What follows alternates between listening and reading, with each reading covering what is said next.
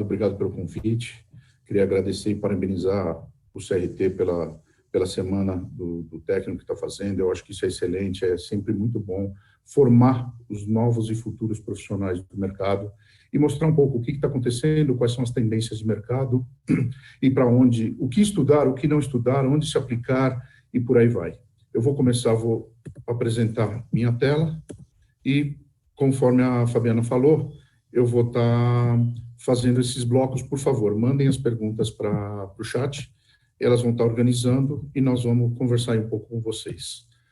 Como ela falou, o tema é sobre virtualização de redes de telecomunicações. Esse é um tema muito em voga, é um tema que começou há alguns anos e que está sendo já uma realidade no mercado brasileiro. E vamos ter como agenda o que é o NFV, explicar para vocês um pouco as redes de telecomunicações, e aí vou abrir onde usar, mostrar um pouquinho da arquitetura, vou comparar um pouco as redes de empresas, de cloud e de telecomunicações, falar um pouquinho dos fornecedores, entrar em telco cloud e depois fazer uma introdução ao Edge Computing, que vai ser o tema de nossa palestra também. Nós vamos ter uma palestra de 5G e terminando com o Edge Computing, que eles estão extremamente ligados. Então, vamos começar, pessoal. Virtualização de redes de telecomunicações, chamado NFV, Network Function Virtualization. Todo mundo conhece e sabe que qualquer rede ela precisa das tradicionais caixas pretas, os equipamentos que os fornecedores entregam para as operadoras para fazer as suas funções de conexão, seja isso de uma rede fixa, uma rede móvel, uma rede de banda larga. Quando nós estamos falando em virtualizar, quer dizer que as caixas elas vão continuar existindo, elas precisam existir para fazer a conexão dos usuários com a rede, só que eu vou estar gerenciando essa rede por software. E aí começa sempre uma sopa de letrinhas, inclusive eu vou pedir desculpa a vocês, mas muitos termos vão ser em inglês, porque nós não temos como traduzi-los, ou a tradução ficaria em português um pouco chucro, e muitas siglas. Então, mas esse material vai estar disponível para vocês vão ter acesso a isso. Então, eu comecei a falar aqui, olha, Software Defined Network, ou seja, uma rede definida por software, e uma rede virtualizada. Ela está rodando em cima de um servidor. Então, eu estou pegando todos esses elementos de rede que estão em várias centrais telefônicas tradicionais, eu estou mantendo o que eu acabei de falar para vocês, ó, toda a caixa preta rodando, lógico, um software que ele precisa, esse software não vai deixar de existir, só que eu estou trazendo para uma central funções de software principais. Eu estou trazendo o sistema operacional e a parte toda de inteligência de rede para rodar em cima de um servidor. Então, na caixa preta, eu vou rodar o software mínimo para ela trabalhar. E eu vou trazer toda essa inteligência para um servidor que vai estar coincidentemente, ele pode estar nessa estação aqui que eu estou mostrando para vocês, né, junto com essa primeira caixa preta que eu falei. Mas então eu estou trazendo essa inteligência para gerenciar muitas caixas remotamente. Eu vou explicar um pouco sobre telecomunicações, isso aqui vai ficar mais fácil de entender. Então, pessoal, vamos pensar num primeiro exemplo, que eu acho que exemplos são sempre as melhores formas de referência para a gente entender. Hoje, quando eu estou trabalhando, eu tenho lá minha caixa preta, rodando em cima de qualquer que seja o elemento de software dele, e a aplicação e o sistema operacional. Eu estou dando alguns exemplos aqui para vocês entenderem. Eu estou colocando um firewall de proteção e um load balancer. São basicamente as redes que servem tanto para as redes de TI, para ficar mais fácil de entender. E aí eu tenho um switch interconectando tudo isso. Quando eu penso em virtualizar, eu estou mostrando do lado direito aqui a função virtualizada, ó, eu mantenho a mesma caixa preta, então eu tenho o elemento físico, ele passa a estar aqui em cima, gerenciando várias caixas, e eu tenho um hypervisor, um hipervisor, gerenciando tudo. E aqui eu estou ligando as funções, ó, tá vendo? NFV, do mesmo desenho do firewall aqui, NFV do load balancer, ou seja, eu estou trazendo aquela inteligência que eu mostrei no slide anterior para vocês para rodar numa mesma máquina. E lá embaixo a rede continua igual. Então as caixas pretas, elas nunca vão deixar de existir. Eu não posso não ter um rádio, não ter um equipamento de transmissão para conectá-los. seja qualquer modelo que vocês estão usando, de rede fixa, de rede de internet, de rede de móvel, qualquer que seja ela. Mas então eu estou fazendo um hipervisor para gerenciar várias funções remotamente. Um outro exemplo bem fácil de entender, e aí eu começo com a segunda, na tradicional conexão de banda larga, ou banda larga mais TV, ou banda larga mais TV mais telefone, que isso eu acho que é uma realidade para a maioria de vocês nas conexões que vocês têm em casa. No momento inicial, quando eu tinha um set-top box, quando eu tinha uma caixa de conexão, eu tinha várias funções que rodavam na casa de vocês. E aí, na minha casa, eu precisava rodar a mesma coisa, na casa do meu vizinho, a mesma coisa, na casa do outro vizinho, a mesma coisa. O que eu consegui fazer quando eu pensei em virtualizar? Hoje, na minha casa, o que era um set-top box completo, com vários softwares e várias características rodando, ele virou um set-top box muito mais simples, que ele tem a função de fazer um access point. O que seria isso? Te dá conexão para Wi-Fi. Ele tem um switch, que ele consegue definir, olha, isso daqui é conexão móvel, isso é conexão de TV, isso é conexão de banda larga, qual tipo de conexão que você está usando. E ele tem um modem, que aí vamos falar que o modem se manteve como uma caixa preta. É o cara que liga você, liga a tua casa a uma central telefônica. E todas as outras funções que eram possíveis de ser centralizadas, eu consegui jogar na estação telefônica. Eu joguei num POP, num ponto de presença. Então, hoje, eu tenho esse CPE na minha casa, o vizinho tem esse mesmo CPE, só que toda a inteligência que está rodando do que ele vai fornecer na minha casa está numa central. Então, vamos pegar um exemplo aqui. Eu sou um assinante básico de TV, então eu tenho lá os canais 1, 2, 3, 4. O meu vizinho é um assinante Plus, ele tem os canais 1, 2, 3, 4 até o 10. O outro vizinho é um assinante Master, estou inventando aqui o nome, para não caracterizar nenhuma operadora. Ele tem 20 canais. E aí eu tenho o assinante Premium, que tem 30 canais. Então, na minha casa eu tenho a conexão do modem, eu tenho o switch, que vai identificar o serviço que eu estou usando, e eu tenho o access point para colocar os meus dispositivos conectados numa rede Wi-Fi. E a inteligência para definir se é o vizinho que tem lá o pacote 1, o vizinho que tem o pacote 2, o vizinho que tem o pacote 3 ou o vizinho que tem o pacote 4, está na estação telefônica. Por que foi feito isso? Além de ficar mais fácil a distribuição, ficou mais difícil de burlar o sistema. Porque aí, muita gente, logicamente esse termo, desculpem, mas é popular, o chamado gatonete, todo mundo já ouviu falar disso, com certeza. Então, você pegava o teu set-top box, fazia lá um gato da conexão de qualquer vizinho, de qualquer outra coisa, usava o mesmo endereçamento dele e tinha acesso a toda a programação dele sem pagar. E, logicamente, isso afeta todo o serviço, afeta as operadoras que estão provendo e vendendo um serviço para vocês. Então, com essa transferência da inteligência da casa para a central telefônica, eles conseguiram muito evitar esse tipo de problema. Tá? E eu acho que esse exemplo é o mais básico para todo mundo, independente de você ter só um telefone, ter só um modem de banda larga, um modem de banda larga com TV, ou N outros serviços, é muito fácil vocês começarem a entender como foi feita a transferência dessa inteligência para uma central telefônica. E aí, pessoal, vamos começar a dificultar um pouco aqui o que eu falei para vocês. Mas quando eu começo a trabalhar em umas redes de telecomunicações, eu tenho que pensar na rede como um todo. Vocês técnicos novos, não adianta você trabalhar o futuro sem ter uma noção mínima do passado. Eu não quero que vocês vão estudar a sinalização número 7, por exemplo, que é para a parte toda de telefonia fixa, que basicamente está morrendo, a gente ouve muito falar nisso, mas que vocês tenham a visão de que é tudo isso aqui. Isso aqui é uma rede de telecomunicações, que eu posso ter desde um assinante simples com um pacote de dados, com roteador aqui, um pacote por fibra, um pacote por DSLAM, por DSL, o que for, ou por cabo. Essa rede pode estar próxima a uma rede, um Wi-Fi aberto, um Wi-Fi público. Quando você vai num bar, num restaurante, numa cafeteria e quer usar o Wi-Fi de lá gratuitamente, tudo isso, pessoal, por trás desses assinantes que nós estamos vendo aqui, eu tenho uma rede que interconecta. E aí, pessoal, vamos entender um pouco isso. Primeira e mais básica de todas, a topologia de uma rede metálica. Quando eu penso numa rede metálica, ou seja, é a conexão do teu telefone. Esse é o mais básico possível que eu posso ter. E as primeiras bandas largas que nós tínhamos, que aí eu tinha um modem discado, que provavelmente muito poucos de vocês ouviram falar nisso, mas já foi uma realidade para telecomunicações.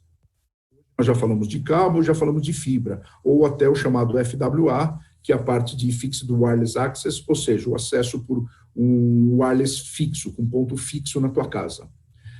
E aqui, pessoal, olha lá, lembra que o telefone saía de uma central, passava no poste ou por rede enterrada, qualquer coisa, e chegava na tua casa, um telefoninho. Hoje, esse é um desenho da rede do Estado de São Paulo, para vocês terem uma ideia, eu estou me prendendo ao Estado de São Paulo pelo CRT de São Paulo, mas podíamos dar outros exemplos aqui, mas eu ainda tenho 57% em rede fixa, 46% em rede flexível, 60%, 59% em rede aérea e 41% subterrâneo. Mas, vamos pensar um pouco, para que eu fiz isso? Olha, opa, já estou indo para fibra. Todo mundo hoje já fala da conexão de larga para fibra. E aí, o que eles fizeram? A casinha aqui, lembra, pessoal, que eu falei, olha, eu tenho uma unidade ótica que tanto serve para banda larga, quanto para TV, ou até para telefonia, os combos das operadoras, que também são muito tradicionais. E nisso, o que eu mostrei para vocês, a inteligência, eu puxei para cá. Eu puxei para a estação telefônica. Vocês viram que eu falei para vocês? ET, estação telefônica. A tradução não fica muito legal, mas ok, só para vocês entenderem que um ET aqui não é um extraterrestre, mas uma estação telefônica. E aí isso serve para um prédio comercial, para um prédio residencial ou para uma casa individualmente. E aí eu vou fazendo a divisão dos sinais para atender cada tipo de usuário que eu tenho. Subindo um pouco o nível disso aqui, eu falei para vocês da rede TDM, que é a rede de voz antiga tradicional. E aí vocês tinham lá a rede de capital, regional, interior. Por que essa divisão, pessoal? Eu tinha um nível de acesso, um nível local, um nível interestadual e um nível nacional ou internacional. Hoje, as redes tradicionais de telefonia fixo estão morrendo. Porém, alguma coisa entre 65% e 70% da rede ainda no Brasil funciona na tecnologia chamada TDM. Como funciona isso, pessoal? Vamos lá, eu quero ligar no CRT. Telefone do CRT 3580.000. Opa, 3580.000. O que quer dizer isso? 3580 é a central que atende o CRT. 1000 é o ramal que atende o CRT, mas eu identifico que quando eu ligar esse número, eu preciso conectar ao CRT. Então, quando eu liguei o 3580, eu conectei a uma central que atende o CRT. O 1000, vamos chamar assim, ramal, ou a conexão para o CRT. Agora, peraí, eu estou ligando de fora de São Paulo. Ok, eu quero fazer um interestadual. Eu ligo 011, 0 quer dizer que eu estou fazendo uma ligação interestados, 11, estado de São Paulo, cidade de São Paulo, e, de novo, 3580.000 e venho descendo nessa hierarquia. Eu passei, vamos falar, eu estou ligando de Santos. Santos, eu entrei por uma estação qualquer em São Paulo que não é a estação do CRT. Busquei o caminho, encaminhei para o CRT até chegar lá no telefoninho e tocar na mesa do atendente do CRT. Mas peraí, pessoal, eu estou em outro estado, ou estou, sei lá, no Rio de Janeiro, 021, mesma coisa. Ou então eu estou nos Estados Unidos, quero ligar para o Brasil, 00, quero dizer que eu quero uma ligação internacional. 55, Brasil. 11, São Paulo. 3580, Central do Centro. 1000, o telefone do CRT.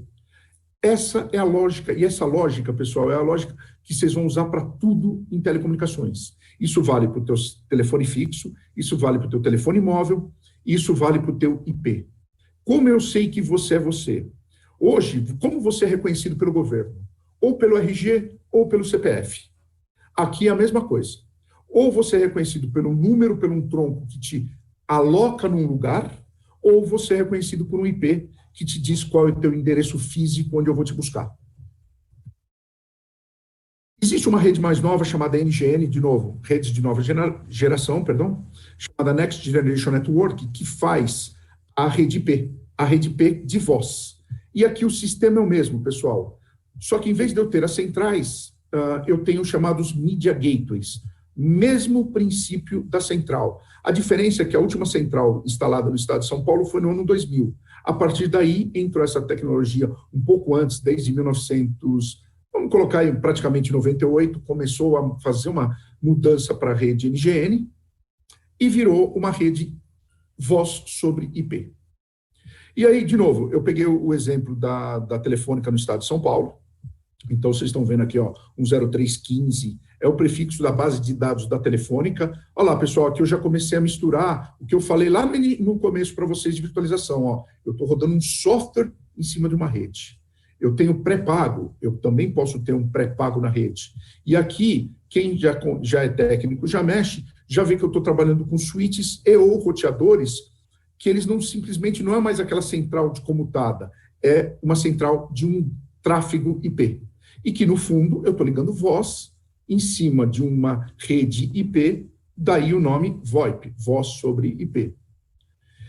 Mesma coisa dos gateways para as áreas 12 a 19, é assim que é dividido o estado de São Paulo, e isso vale para qualquer lugar, de novo, estou pegando exemplo aqui para ficar fácil, 12, vamos lá, 13, estou pegando Santos, 14, estou pegando Bauru, 15, Sorocaba, e por aí vai, 19, Campinas. Ou seja, eu estou dividindo as minhas áreas para saber, ó, eu liguei 15, eu estou ligando daqui, mandando para Sorocaba. Ou então para outros estados. Eu liguei 021, eu quero buscar o Rio de Janeiro. A cidade do Rio, ou 20, depende do que for, 31, Belo Horizonte, 41, Curitiba, 51, Porto Alegre.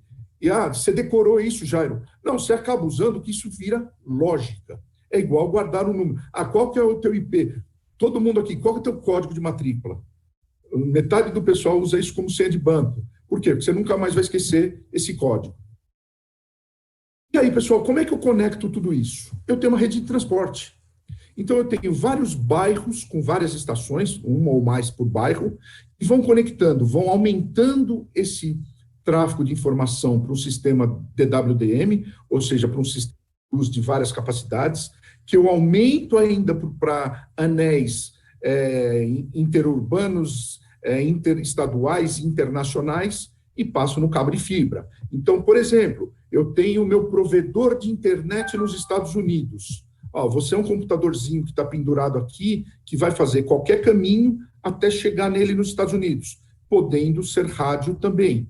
Isso é a rede de transporte. De novo, tenho que conhecer tudo isso? Não, mas eu tenho que entender que a hora que eu digito um www e meu provedor está nos Estados Unidos, que caminho que eu estou fazendo? Por que caiu? Por que não caiu? Por que uma conexão que eu estou usando um site qualquer, UOL, eu digitei o UOL, meu vizinho digitou o UOL, o dele está mais rápido que o meu ou vice-versa. Então, esse tipo de informação são coisas que vocês não precisam saber no bit, mas vocês precisam entender o porquê acontece. Rádio, para rede de acesso. A mesma coisa, pessoal, você tem lá sua ERB, sua estação rádio base, ligada numa torre, ligada no assinante. E ela está ligada na rede. Por que eu pus essas duas figuras aqui? Se vocês olharem, eu peguei essas caixinhas cinzas que estão do lado das torres e coloquei ela na estação telefônica. Ou seja, eu estou fazendo um Virtual Base Station.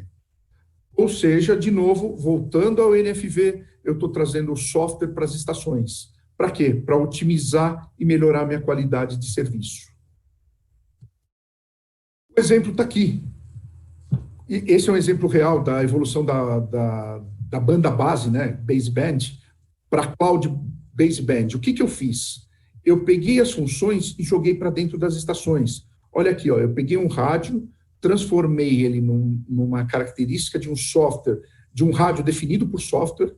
Então, eu consigo gerenciar vários tipos de banda de celular. Isso vale para 2G, 3G, 4G e para o futuro 5G, que a gente vai falar. Aqui está o 4,5G. Mas eu consigo trabalhar para você ser localizado mais fácil. Tá bom, Jairo, que vantagem eu levo com isso? Vou dar um exemplo para vocês. Vocês estão num estádio de futebol. Vamos pegar numa Copa do Mundo, que vale muito a pena, porque o exemplo fica bacana. Você tem pessoas do país e de muitos países em volta. E aí eu preciso dar acesso a todo mundo. Agora, quem que eu sei que é você? Vamos usar o Jairo como referência. eu sou um assinante pós-pago. A partir do momento que eu me loguei ali e falei, olha, eu sou o Jairo, eu sou um pós-pago, ele vai me cobrar depois. Então, ele não precisa ficar me tarifando, ele vai me liberar a banda para eu poder trabalhar, para eu poder usar e tentar tirar eu para eu não ser mais um do gargalo que ele tem lá de 70 mil pessoas tentando transferir uma mensagem.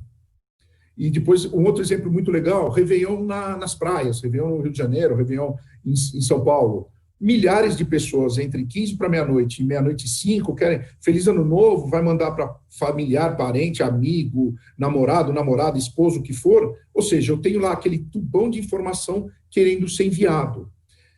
Só que no resto do ano eu não preciso daquilo o tempo inteiro. Então, o que eu faço? Eu mantenho as caixas pretas lá e tiro essa parte toda de software e redistribuo na rede. Então, você passa a ter uma lógica onde você tem a capacidade do serviço e não precisa sair correndo para instalar um equipamento novo, tá? E, por fim, eu vou entrar na parte de novo, a sigla CDN, Content Delivery Network. Ou seja, é uma rede de entrega de conteúdo. E o que é o conteúdo, pessoal? O conteúdo pode ser, olha lá, tudo que a gente falou até agora. Ó, eu posso ter uma TV, eu posso ter jogos, eu posso ter entretenimento de TV, entretenimento de jogos. Dispositivo para ela, não me interessa se isso é um celular, se isso é um iPad, se isso é um computador, ou se é qualquer outro tipo de dispositivo que eu posso ter. As aplicações, também a mesma coisa. Educação à distância, que está tão necessária hoje nessa pandemia, que mudou bastante. Um aplicativo de localização, um Waze, um Google da vida, um aplicativo de jogo, um aplicativo qualquer que seja a aplicação que eu queira estar aqui trabalhando.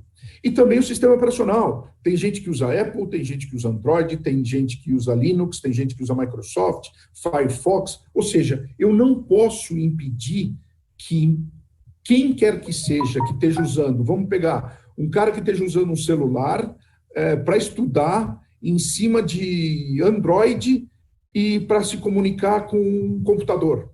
Eu não posso impedir, eu não posso ter a escolha. Eu sou obrigado a ter uma rede um tanto quanto aberta para que todo mundo fale com todo mundo, com qualquer dispositivo, com qualquer sistema operacional, com qualquer conteúdo e com qualquer aplicação. E aí, pessoal, isso dá um pouco da ideia. Por que eu estou falando para vocês que vocês precisam conhecer um pouco de tudo isso? Porque é fundamental para você entender, como é que eu ligo um cara no telefone fixo falando comigo no celular que eu uso um Android e fazendo uma conferência com um amigo meu que estava usando VoIP em casa para me mostrar sharear, que nem eu estou fazendo agora, um conteúdo de educação à distância. Então, esse tipo de informação é fundamental para a gente poder trabalhar nas redes. Eu vou entrar um pouco, antes de usar onde usar o NFV também um pouco mais na prática. Fabi, como é que nós estamos de pergunta? Temos alguma pergunta para responder? Como é que nós estamos? Hoje é ela que está controlando a minha vida remotamente. Olha só, a gente tem uma pergunta aqui, eu acho que é bem cabível.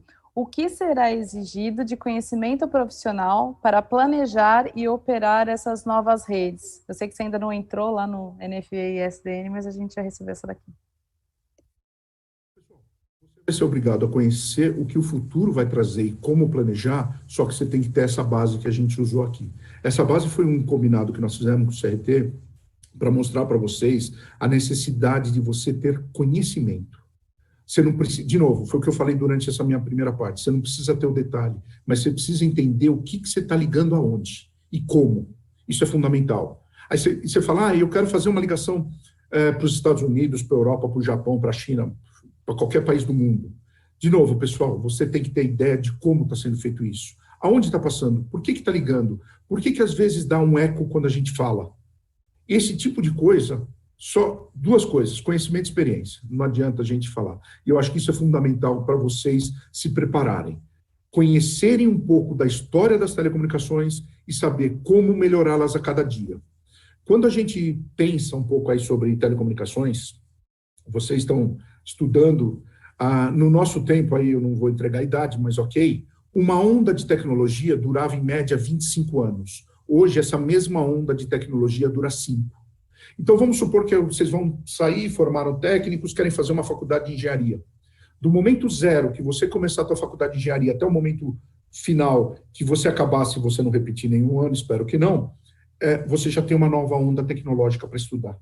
Então, você não pode parar. Você precisa entender o que aconteceu aqui para saber o que você vai fazer daqui para frente. Quando você pensa em servidores, hoje, uma vida média de um servidor, ela caiu de 5 anos para de 2 a 3 anos, por aumento de capacidade, por inovação, por diminuição de potência e vários outros itens que, de novo, essa onda de TI era de 5 anos, ela passou entre 2 e 3. De novo, você não pode parar. Então, assim, você começou o teu curso técnico hoje, estudando servidor, quando você acabar, já tem coisa nova que você precisa se atualizar sempre. Mais alguma, Fabi? Não, Jair, vamos seguir então e a gente volta depois com o próximo bloco. Fechado. Então, vamos lá, pessoal. Obrigado. Onde usar o NFV? Então, pessoal, vamos pensar um pouco o mundo moderno, aí vai muito a pergunta que a Fabi acabou de me fazer. Então, você está pensando numa empresa aqui. Vamos pensar numa empresa qualquer. Eu acho que um grande exemplo que atrai a maioria dos técnicos, e todo mundo gosta, ou pelo menos gostava, eram veículos. Então, vamos lá. Eu tenho uma fábrica aqui, uma fábrica inteira de veículos, e cada uma das unidades, ou cada uma dos galpões, elas produzem uma parte para esse carro. Então, a primeira parte aqui, ó, eu estou pensando aqui, esse cara faz motor. Então, eu tenho um controle da linha de produção, eu tenho a montagem do motor, e vamos pensar um pouco. Ela faz o motor a cada 2 horas, vamos colocar um chute aqui, e vai continuar produzindo. Esse cara que aqui está do lado produz lataria, ele produz portas, ele produz 4 portas por hora. Também estou dando um chute aqui para a gente fazer um pouco de estudo. Ou então ele produziu o equivalente a 2 carros nas mesmas 2 horas que esse cara produziu um motor. Essa terceira linha aqui, ele faz o resto da funilaria. Também, ele faz um resto do carro inteiro a cada 2 horas. Faz lá todo o chassi, o capô, a tampa do porta-mala, menos as portas que está sendo feita na segunda linha. E eu tenho uma 4ª área fazendo acabamento. Então, ele faz lá volante, banco, acabamento, painel, só que ele faz 100 por hora. Então, como é que eu gerencio isso, pessoal? Eu preciso parar para pensar, não adianta eu ter 100 acabamentos e um motor. Não adianta eu ter 8 portas para um carro. Não adianta eu ter de novo, sim, 1 para 1, legal, motor e o chassi, porta traseira e capô, tá ok. Só que aí eu tenho o dobro de portas e eu tenho 100 vezes mais acabamentos. Então não adianta, eu tenho que alinhar, eu tenho que produzir e eu tenho que ser inteligente. Outra coisa fundamental que a gente vai ver na apresentação de sexta-feira, muito sobre o 5G, o que acontece numa linha de produção? A hora que eu fiz uma porta com um pequeno erro, eu não posso esperar fazer 100, 200 portas para dizer tem erro e jogar 100 portas fora. Eu tenho que pegar aquela porta errada no primeiro instante, parar a minha linha de produção, corrigir aquele erro de produção e continuar produzindo, elementar. Então, hoje a gente vê que a tecnologia permite os acessos das fábricas online, são as fábricas conectadas. A gente vai ouvir falar muito na sexta-feira, hoje pouco, sobre o IoT, Internet das Coisas, da indústria 4.0, que é fundamental, pessoal. Por quê? Porque não pode falhar. Você tem que pegar um erro de uma linha de produção no início. Vou abrir um parênteses aqui. Vamos pensar no computador. Não adianta eu te entregar um computador pronto que qualquer componente lá dentro esteja em curto. Então, eu tenho que parar a linha de produção na hora que ele está montando a placa-mãe, para que aquela placa-mãe saia correta para pôr o teclado, bateria, visor, tudo, e funcionar perfeitamente. E eu não posso perder 100, 200, 300 computadores para descobrir que está errado. Eu tenho que ter, alguma forma, um controle de qualidade no momento da produção. Então, aqui no carro, pessoal, olha lá, eu fiz um motor em 2 horas, eu fiz 8 portas em 2 horas, eu fiz um acabamento em 2 horas e eu fiz, 100 acabamentos nas mesmas 2 horas. Opa, tem alguma coisa errada. Eu vou fazer o que com esses 100 acabamentos? Em vez de eu falar, olha, eu estou fazendo o carro em Gol, pronto. Eu estou fazendo Go, eu não vou fazer 100 acabamentos para um motor. Ó, eu vou fazer 100 acabamentos e deixar pronto e já começo a produção para uma outra linha. Ah, agora, amanhã vai ser feito Golf. Eu consigo fazer, produzir. E eu consigo terceirizar. Ah, eu não faço isso aqui só para uma indústria, para uma Volks. Eu posso fazer para uma GM, eu posso fazer para uma Fiat, eu posso... Ou seja, a fábrica é de acabamento de veículo, não só de um carro. Então, você ganha escala e ganha produtividade. E aqui, pessoal, aqui eu estou dando um exemplo de uma fábrica conectada a vários centros, ou de distribuição, ou de logística, ou qualquer coisa que você trabalhe relacionado a uma montagem de uma empresa. E lembra lá atrás, quando eu mostrei para vocês, a pergunta que a Fabi acabou de me fazer, por que eu preciso entender? Como é que eu sei que a fábrica que está em Betim, em Minas Gerais, está produzindo uma coisa, a fábrica que está em São José dos Campos está produzindo outra, e o meu diretor quer saber tudo que as fábricas produziram no dia? Eu preciso interconectá-las numa rede de telecomunicações. Ela pode ser pública ou privada, mas eu tenho que conectar. Tá?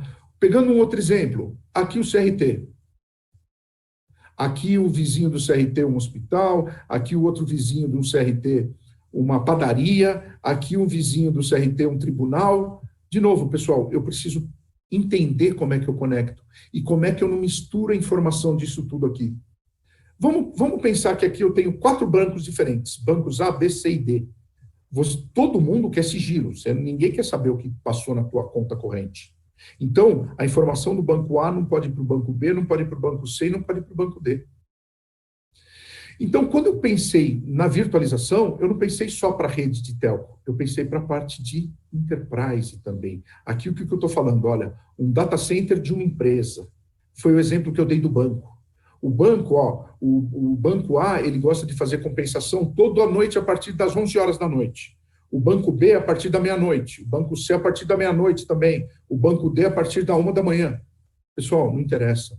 Isso tem que ter disponibilidade e essa rede tem que suportar tudo que essas empresas estão pensando. Quando a gente puxa isso aqui para os casos de uso de NFV, todo mundo tinha muito medo de transformar alguma coisa em software. Tanto que a virtualização das redes de TI, começou, a gente fala isso aí há mais de 10 anos. Isso começou, quase 20 anos, quase praticamente no ano 2000. Por quê? Porque eles tinham a confiança de funcionar aquilo. Numa rede de telco, ela era muito travada. Eu queria que o meu fornecedor da caixa preta resolvesse o problema da caixa preta dele. E aí eles começaram a trabalhar com a parte de SD-WAN, que eu falei para vocês, né? Que foi o software defined WAN. Então, eu comecei a ligar filiais de rede definidas por software, ou o Virtual CPE, o caso do assinante, o exemplo que eu mostrei para vocês lá no começo no Set-top Box. Com isso, o segundo step, eles começaram a parte de virtualização dos core, ou seja, das funções principais de redes, e aí foram desenvolvendo toda a parte de conexão de LAN e GILAN, de Gigabit Internet LAN, aí entrar toda a parte de cloud, de rádio, tudo mais que exigia um pouco mais de precaução e outros. Tá? Eu quero explicar para vocês a arquitetura do NFV. Técnicos e engenheiros gostam muito de blocos. Isso aqui é muito fácil da gente visualizar e eu prometo que é o único slide que eu vou passar para vocês falando um pouco sobre arquitetura. De novo, isso vai estar disponível, mas para vocês entenderem de um modo geral. Todo esse laranja meu aqui, tá, é a infraestrutura que eu preciso, é o servidor. Olha lá, Compute Memory Network nada mais é do que o servidor em si, ou o computador em si, ou a máquina. Olha aqui, ó, o Virtualization Layer, ou seja, o nível de virtualização, tá? É onde eu estou transformando, esse cara vai usar tanto desse recurso, tanto desse, tanto desse. Esse segundo vai usar menos desse, mais desse. Esse terceiro vai usar muito compute, pouca memória e pouco... Né? Ou seja, eu consigo trabalhar criando elementos virtualizados, que, de novo, em TI é muito fácil a gente entender. E aqui em telco, cada tipo de função que eu acabei de mostrar no slide anterior vai me ter uma exigência diferente. Eu trabalho daqui, eu subo para o nível de funções virtualizadas e os seus elementos de redes virtualizados, passando por toda uma parte de infraestrutura, de controlar tudo que eu estou trabalhando, gerenciar e orquestrar tudo isso, e vou ligar isso aqui no antigo sistemas de operação e bilhetagem. Então, vocês lembram quando eu falei lá atrás que eu não vou conseguir virtualizar a parte de telefones fixos? Mas eles também estão conectados aqui, ó, na operacional e no de bilhetagem. E eu não posso largar isso, tá? Isso vai ficar à disposição de vocês, nós podemos aprofundar se vocês quiserem. E aí eu vou mudar um pouquinho aqui para vocês, pessoal.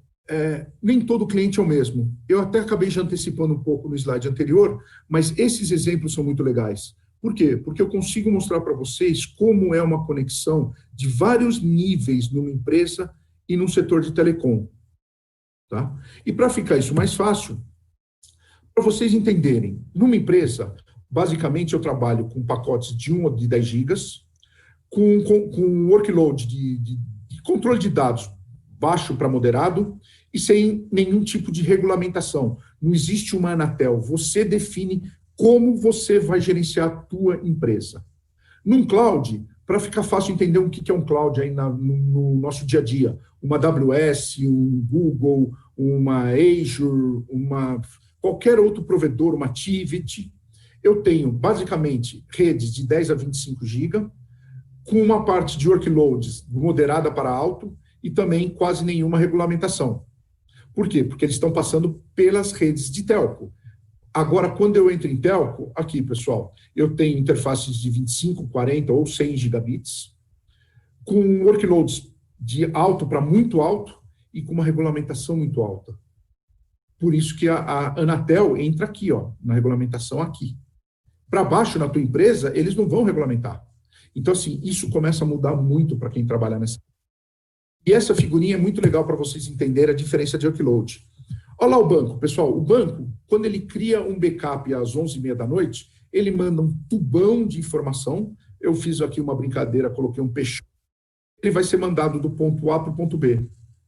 E o que a rede de telecom tem que fazer? Por que eu falei que o workload no slide anterior é de alto para muito alto? Porque ele pega o banco A, o banco C, o banco B, o banco D, o CRT, o Bovespa, o hospital, a padaria, e vai fazer esse gerenciamento. Então, ele trabalha com cardume de todos os tipos de peixes possíveis e imaginários. E é isso que o sistema de telecom, vocês têm que começar a estudar. Tá? Quando a gente pensa nos fornecedores, olha lá, voltei para a minha figurinha lá do começo do firewall e do load balancer. Eu tenho fornecedores de hypervisors, KVM, a Zen, a Linux, VMware, Microsoft, são todos os nomes que vocês ouviram falar e que estão aqui. Dentro do Virtual Switch, eu tenho, de novo, VMware, Cisco, DPDK, SixWind. Então, pessoal, o que eu tenho que estudar? Você pode estudar o todo para se preparar ou você pode se especializar em algum desses níveis. Então, assim, a chance e o número de possibilidades são infinitos. Por que eu pus os fornecedores? Para vocês entenderem. Pode ser qualquer um. E, de novo, todo mundo tem que falar com todo mundo. Tá, pessoal? Mesma coisa eu fiz aqui. Olha lá, para hardware. Intel, estamos aqui. Cisco, Dell, Hewlett-Packard, Lenovo, Nokia, Huawei, Ericsson. Parte de distribuição, Canonical, Red Hat, Mirandes, VMware, Cloud Band. De novo, joguei tudo aqui para vocês verem a possibilidade de... Eu quero conhecer tudo, só que quando você está na Canonical, a Canonical vai rodar com VMware em cima de Dell. Opa, então você não precisa saber só o Canonical. Você precisa entender o que ele vai fazer e ele precisa ser capaz de rodar numa Virtual Suite da Cisco e trabalhar numa cloud aberta da OpenStack. Ah, eu trabalho na Cisco. A Cisco, um distribuidor da Cisco, uma distribuição de software da Cisco, pode rodar em cima de Lenovo, passando pelo hypervisor da Microsoft, num Virtual Suite da MetaSuite, rodando em cima de uma Apache Cloud Stack. Então, não adianta você saber Cisco, você tem que saber como ela se interconecta com todos os outros. O saber o Cisco é tua empresa, é tua obrigação. Saber como ela vai se interconectar é o que vai te diferenciar no mercado. E o pus um pouco dos exemplos de fornecedores de NFV, e desde o começo a Cisco se destacou muito. Ah, a Cisco é melhor? Não. Mas a Cisco ela tem muitos modelos de roteadores. Então, para cada modelo que ela punha lá, o 3510, virtualizou, tinha essa capacidade de jogar o software virtualizado, ela chamava isso de um elemento. O 3520 era outro, 3530 era outro. E aí vocês veem, Juniper, Brocade, por que esses foram os primeiros? Porque o que eu mostrei para vocês, começamos lá com os virtual switches, os virtual routers e o CPS. E aí depois vocês veem, vocês veem Nokia aqui, vocês veem Ericsson aqui, vocês veem NEC Netcracker, Hewlett Packard, ou seja, Huawei aqui, ou seja, todos os fabricantes hoje têm capaz de rodar as funções virtualizadas de rede. Fabi, antes de eu entrar no Telco Cloud, temos alguma outra pergunta aí? Temos sim. Olha só. As novas redes NFV e SDN continuarão utilizando os meios físicos conhecidos? Exemplos, fibras óticas, sistemas rádios, multiplexadores digitais, sistemas DWDM, metro e outros? Boa pergunta, pessoal. Vocês viram o que eu falei? As redes nunca vão deixar de existir. A caixa preta vai existir. É só como ela vai ser transportada em cima da caixa preta. Então, assim, a gente tirou o software da caixa preta, só que a caixa preta nunca vai deixar de existir. Você é um celular. Para você, se a tua herb, se a tua estação de radiobase está virtualizada ou não, para você não interessa. Como usuário, você quer pegar o teu telefone, discar, mandar uma mensagem, não interessa para você se ela é virtual ou não. Pode ser virtual ou não, mas o rádio, mesmo que ele tenha o software virtualizado, ele continua existindo para fazer a conexão de você até a estação radiobase e ligar você em toda aquela outra rede que está por trás disso. Alguma outra, Fabi? Sim, essa daqui até conecta um pouco com a mesa de debate, né? Na sua opinião, técnicos que atuam há muitos anos com redes convencionais de hardware poderão mudar com facilidade para essas novas redes? E tem uma outra pergunta também, perguntando na sua experiência, quais são as habilidades técnicas que as escolas vão precisar desenvolver para esses profissionais? Bom, pessoal, o que eu falei para vocês, você não para de estudar. Então, sim, os técnicos tradicionais vão aprender. É questão de estudar. Isso vale para qualquer profissão. O médico, apareceu o Covid-19, ninguém conhecia. Todos os médicos, pesquisadores, pessoal da saúde está aí tendo que se desgastar bastante para poder estudar o vírus, o que é, como atacá-lo, como criar uma vacina. Professores que só davam aula presencialmente, começaram a dar a chamada educação à distância, tiveram que se atualizar. Então, sim, a vantagem do técnico que já tem a formação, é que ele entende todo o passado e ele fica mais fácil para aprender como aplicar no futuro, porque a base ele já tem. O pessoal que está começando já softwareizado, ele vai ter que ter essa base para poder desenvolver. O técnico que já tem a base pode. E as escolas, eu acho que isso também eu vou pedir depois auxílio aos meus queridos universitários professores no debate, mas sim, eles têm que entender exatamente essa necessidade, que eles têm que ensinar de hoje para o futuro, só que ele tem que dar a base do passado para que esse cara, quando vá criar alguma coisa, vá desenvolver, vá trabalhar, ele saiba onde ele está trabalhando. Coincidentemente, pessoal, esse slide mostra muita coisa, tá? Tudo que eu falei para vocês, aqui, o device para mim, de novo, acabei de colocar um smartwatch e um carro conectado, que são os chamados IoT. O carro é um device, ele é um aparelho, ele é um componente. É um componente grande com servidor dentro, mas ele é um device. Ele vai passar por uma rede wireless, e aí vai trabalhar desde o LTE, no Wi-Fi, no Narrowband IoT, ou na parte de millimeter wave, que são as ondas de altíssima frequência baixas. É o caso, hoje, a Sabesp em São Paulo, ela já está medindo alguns bairros, o medidor sem necessidade de mandar a pessoa física do medidor. Então, uma vez por mês, ela manda um sinal, coleta a tua informação de casa e põe na tua conta. Isso roda em cima de millimeter wave, e o teu dispositivo de casa aqui, o teu sensorzinho lá de água, passou a ser um device. Isso conecta numa rede de acesso, numa rede principal e chega lá no data center da Sabesp para ela gerar a conta para vocês. Sempre lembrando, aqui em cima, pessoal, está lá o OSS e o BSS. O que é isso? Os sistemas de operação e os sistemas de bilhetagem. Tá? Mas a teoria é a mesma. A teoria vai ser sempre essa. A gente vai ver esse slide mais de uma vez. Por que eu estou chamando isso de Telco Cloud? Foi muito legal a pergunta que a Fabi me deu, que já me deu, ficou fácil de eu explicar. O medidor da tua casa, passando por um Narrowband IoT, se interconectando na rede de telecomunicações, como seja, tanto aqui quanto aqui. Por que eu separo aqui? Porque eu tenho a rede de acesso e a rede principal, que vai pegar os tubos maiores, que são aqueles peixinhos e peixões que eu mostrei para vocês. Chegando aonde está o data center com SS, BSS. Eu liguei, minha casa aqui faltou água. Eles, não, está sendo feito um reparo na rede tal, vai demorar 3 horas. Então, eu consigo gerenciar uma rede fim a fim, independente do device do começo e qual é o data center do final. Independente se sou eu aqui, nesta ponta, usando o Zoom e jogando no YouTube para que todos vocês possam assistir minha palestra. O que eu estou preparando aqui, pessoal? De novo, se vocês prestarem muita atenção nesse slide, o que eu fiz?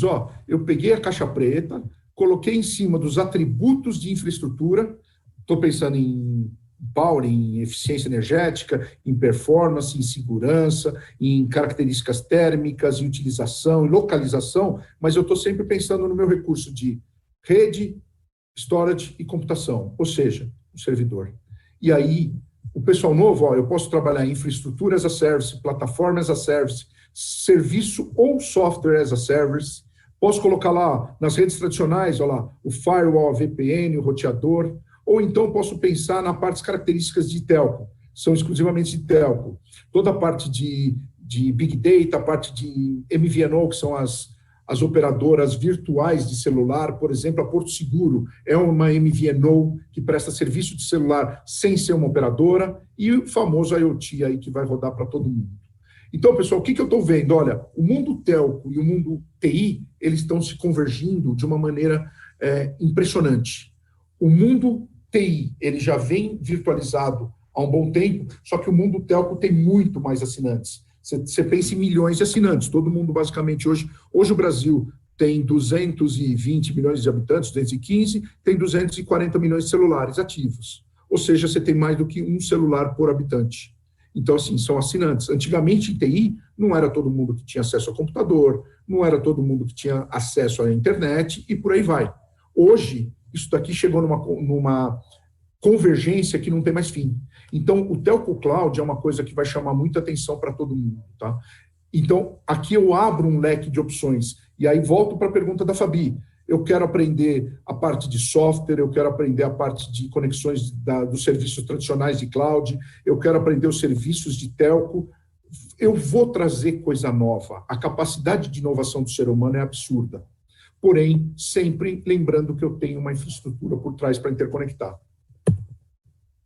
Quando eu falo na parte de cloud, pessoal, de novo, agora eu só mudei a direção, tá lá, sempre, Internet das coisas, Internet of Things, Internet das coisas está aqui, com CPE virtual ou não, eu posso ter uma rede 5G aqui no meio, posso ter uma rede 2G, 3G, 4G, 4,5G ou 5G DSS que já está instalada. Olha onde é que está o NFV e aqui começa o Edge Computing, tá? O NFV puro e a parte de bilhetagem chegando no cloud. Então, eu começo a misturar o que é centralizado e o que é espalhado, perdão. Então, eu tenho que pensar numa estrutura ágil e no modelo de negócio ágil para poder vender. Por quê? Não adianta eu fazer um serviço novo se eu não vendo, ele não me gera dinheiro.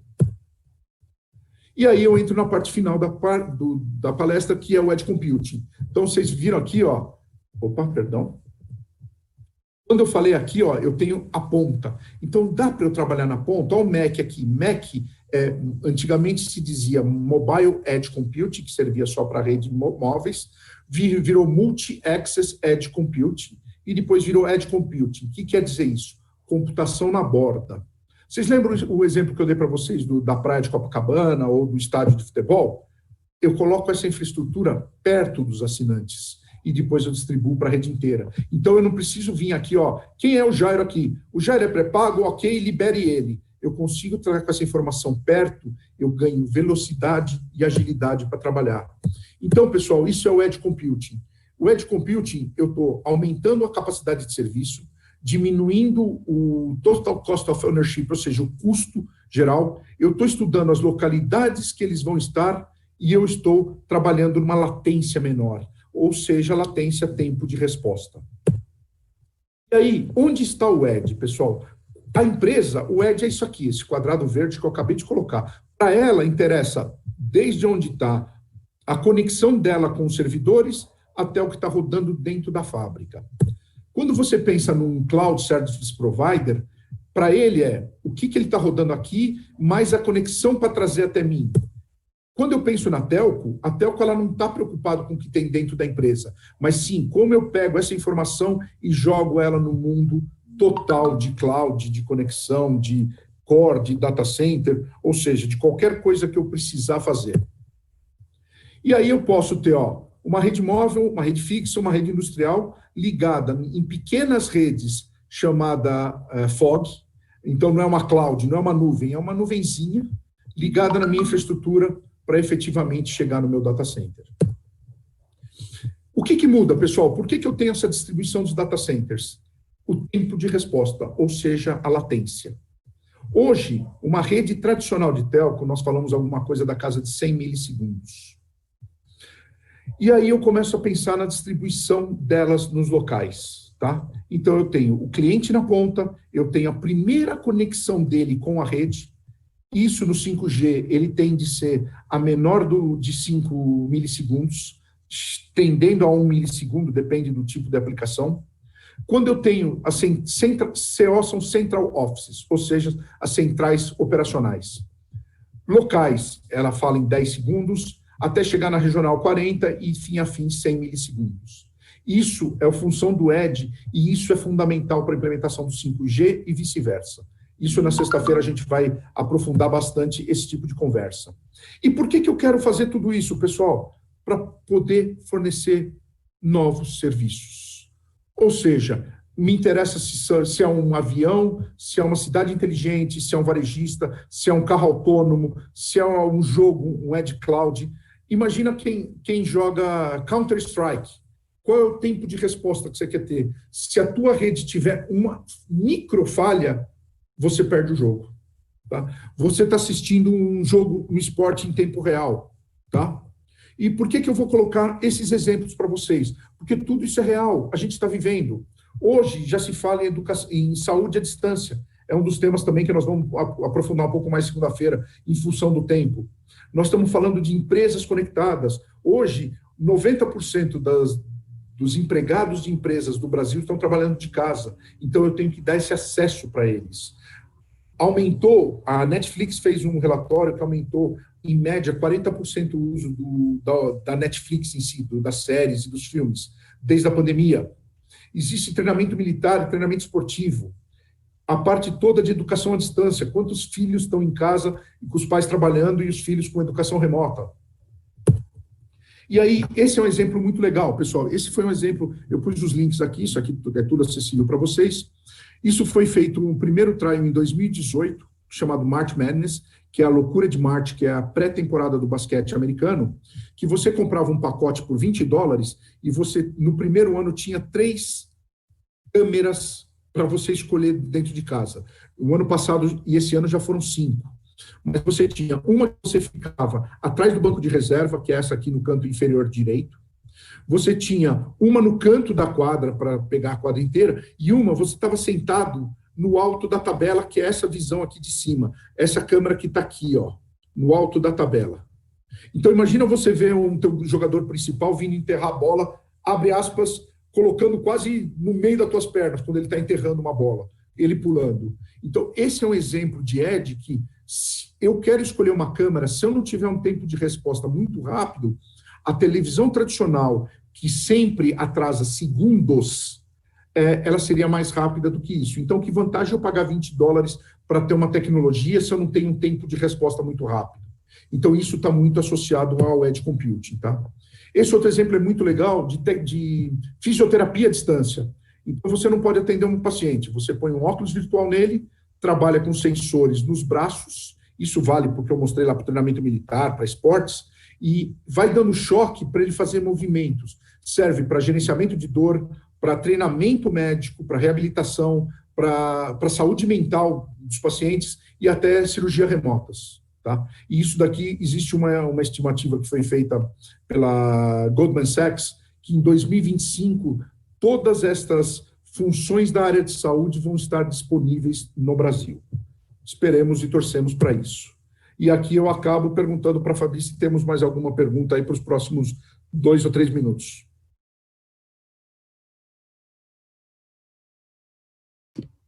Temos sim, a pergunta caiu. Espera aí. Eu não, estou aqui. A pergunta voltou. A pergunta voltou. As tecnologias e infraestrutura compute estão acompanhando a evolução das novas redes VFN e SDN? NFV, mas tá bom. Perfeito. Pessoal, vocês viram o que eu mostrei para vocês? Bom, eu sou da Intel, eu acho que uma das minhas principais atribuições é exatamente trazer inovações tecnológicas.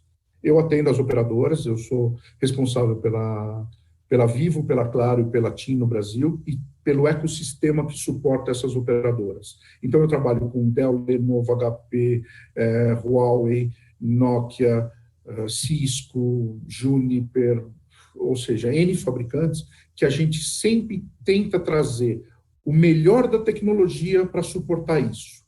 Então, quando nós aprendemos na virtualização de TI, que quando a gente pensa em compute, storage e network, como a gente pensava? Compute nada mais é que o processador e a memória. Storage é a capacidade de armazenamento, que são feitas em SSDs ou em HDs, e network é a conexão com a rede. Quando eu pensava em TI, eu utilizava basicamente compute e storage. Eu sempre pensava em processador, memória e capacidade de armazenamento de disco e afins. Quando eu pensei em telco, o workload, é o que eu falei para vocês, aquele workload de data plane, ele ficou muito pesado, porque telco precisa de muita conexão. Então, eu posso querer conectar de novo o meu celularzinho aqui, que é nada, até um banco ABC, que eu falei para vocês, que é um tubão de conexões noturnas. Então, a telco ela tem que estar preparada para isso, e aí o network era pesado, porque ela não precisava processar muita coisa, ela precisava acessar o storage e fazer um network muito pesado. Lembra que eu falei que aí cada um vai ter a sua combinação? E é isso. Então, sim, a resposta é sim, o mundo está totalmente se preparando, e aí tantos os fabricantes tradicionais de caixa preta entenderam que eles têm que se modernizar e se transformar em NFV e SDN, quanto os tradicionais OEMs, como Dell, HPE, Lenovo e outros, Cisco, preparar as suas máquinas para suportar essa conexão com as caixas pretas. E a gente tem um questionamento aqui sobre o decreto 10.480. Navarro, fale sobre o impacto desse decreto, que facilita a instalação de antenas. Isso acelera o setor? Excelente pergunta também. Eu iria mencioná-lo na sexta-feira no 5G, mas já perguntado hoje. Sim, por quê? O 5G ele vai trabalhar com frequências totalmente díspares, ou seja, ele vai trabalhar desde uma frequência teoricamente, começando em 700 MHz, indo até 100 GB. Eu vou passar pelo 3,5, que é o filé mignon, eu vou subir isso para 8, eu vou para 26, vou para 52, chegando até no 100 GHz. Cada uma dessas faixas de frequência tem uma característica diferente de tamanho de pacote, conexão. Como elas vão ser 5G, o tempo de latência, o tempo de resposta delas tem que ser muito parecido. Não necessariamente igual, até cada tipo de serviço exige uma latência, um tempo de resposta diferente, mas vão ter que ser muito parecidos e bem inferiores a 10 milissegundos. Hoje, uma rede de telco varia entre 80 e 100 milissegundos. Uma rede de voz, ela é limitada a 50 milissegundos. Acima de 50 milissegundos, você perde a conexão. Mas então, vamos lá. Voltando à pergunta, eu vou ter vários tipos de antenas, com vários tipos de frequência, com vários tipos de tamanho, com vários tipos de serviços. Esse da Sabesp que eu dei para vocês, se vocês olharem nos bairros onde já tem a capacidade de medida remotamente, essa caixinha IoT nas casas, vocês vão ver uma caixa que é mais ou menos do tamanho deste livro aqui, se vocês terem uma ideia, isso aqui para comparar o tamanho com os meus smartphones, com uma antena de 15 centímetros, que ela vai pegar ali 30, 40, 50 casas e fazer a conexão. Isso é uma antena. Você vai falar, então, o decreto já autorizou? Pô, mas peraí, você está falando de uma antena de 15 centímetros, Jairo, contra uma antena de metros? Senhores, cada frequência, cada característica, cada tipo de serviço vai trabalhar de uma maneira. Então, sim, o decreto novo, ele vai liberar a utilização do 5G, desde o Narrowband IoT, de qualquer coisa assim, até as frequências altíssimas, chamadas millimeter waves.